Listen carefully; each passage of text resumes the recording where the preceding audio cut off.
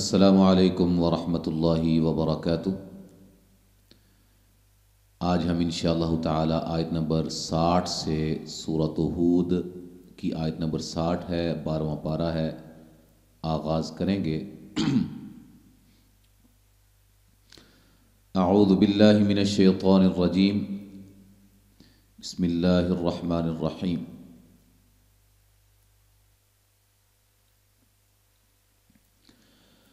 वउत्बिउ फी हाज़िहि दुनिया लअनतन व यौमल क़ियामह अला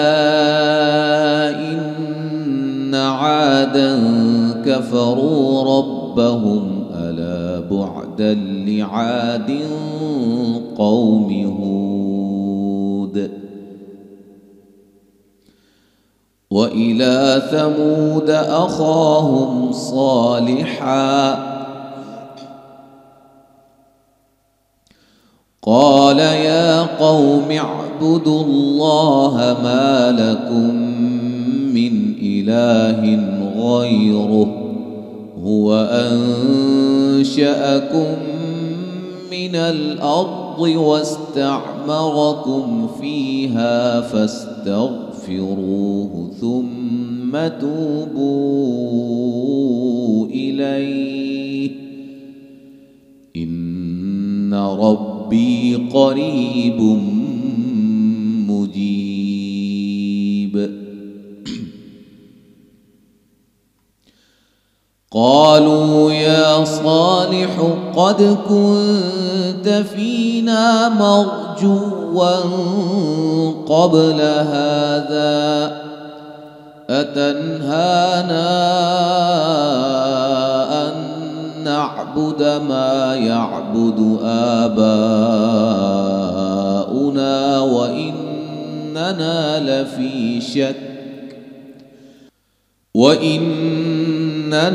लफ़ी शक्किम मिम्मा तदऊना इलैहि मुरीब। क़ाल या क़ौमि अरअय्तुम इन कुन्तु अला बय्यिनतिन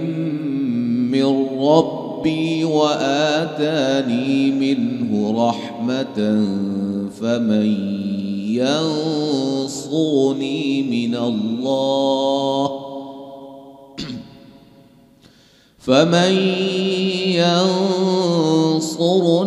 मिनल्लाह इन असैतुह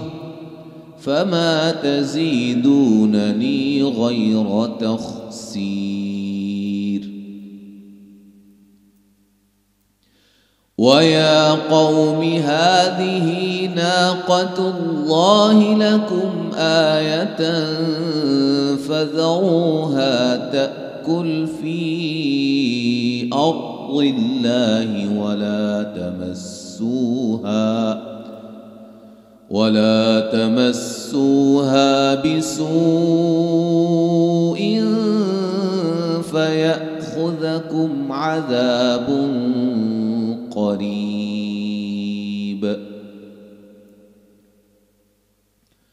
फ़अक़रूहा फ़क़ाल तमत्तऊ फ़ी दारिकुम सलासत अय्याम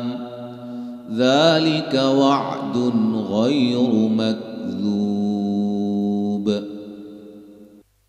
आज हम इंशाअल्लाह आयत नंबर 66 से 68 तक जो है वो हम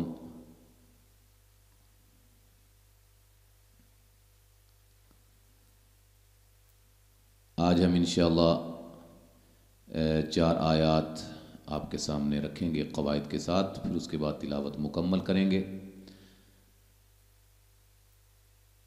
मीम मुशद्दद पे गुन्ना है, अलिफ मद्दा है, जीम पे मद्दे वाजिब है। अम गुना मीम साकिन का इजहार, रा को मोटा, अलिफ मद्दा है, नज्जय लीन है, ना अलिफ मद्दा, सौद को मोटा मद्दे असली, हाउ नून तनवीन का इदगाम माल गुन्ना है, दिया मद्दा है, आ मद्दे असली है, नुवा मद्दा है। ہو مد اصلی ہے، براح را کو موٹا ادا کریں گے، تیم نون تنوین کا یہاں ادغام ہے مع الغنہ، من نون مشدد پہ غنہ الف مدہ، و من نون ساکن کا اظہار، خز خا کو موٹا ادا کریں گے، زا کو سیٹی سے ادا کریں گے، یو واو لین ہے، میئذ ٹھیک ہے،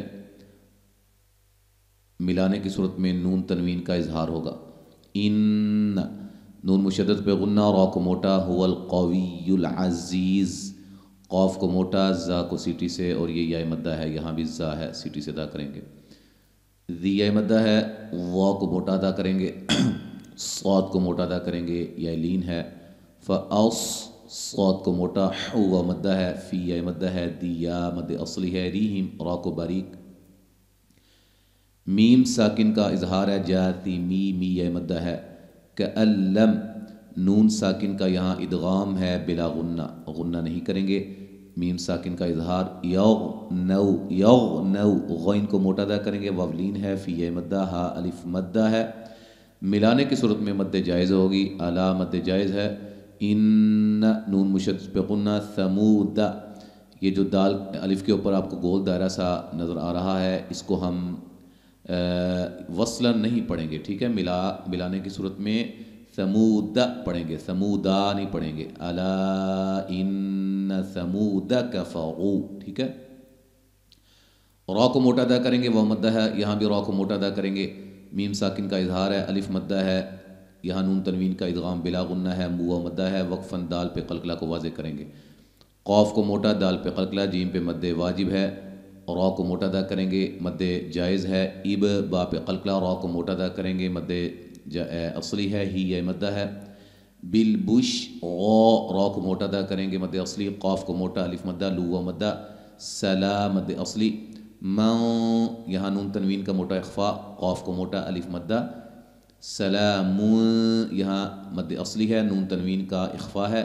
فما الف مدہ ہے، ان نون ساکن کا اخفا ہے، جیم پہ مد واجب جس کو مد متصل بھی کہا جاتا ہے، بعیج جیم پہ قلقلہ کریں گے، لن یہاں نون تنوین کا اظہار ہوگا، غنہ نہیں کریں گے، نیہ مدہ ہے، وقفاً مد عارض وقفی ہوگی، اور مد عارض وقفی کیا ہے وہ آپ جا کے اس کا قاعدہ سلسلہ قواعد التجوید پلے لسٹ میں جا کر ضرور دیکھیے گا۔ اب ہم اس کو مکمل پڑھتے ہیں جو ہم نے ابھی تلاوت کی ہے جی۔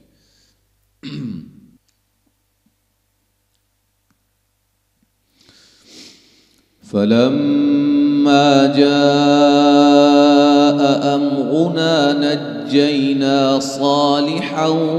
وَالَّذِينَ آمَنُوا مَعَهُ بِرَحْمَةٍ مِنَّا وَمِنْ خِزْيِ يَوْمِئِذٍ إِنَّ رَبَّكَ هُوَ الْقَوِيُّ الْعَزِيزُ۔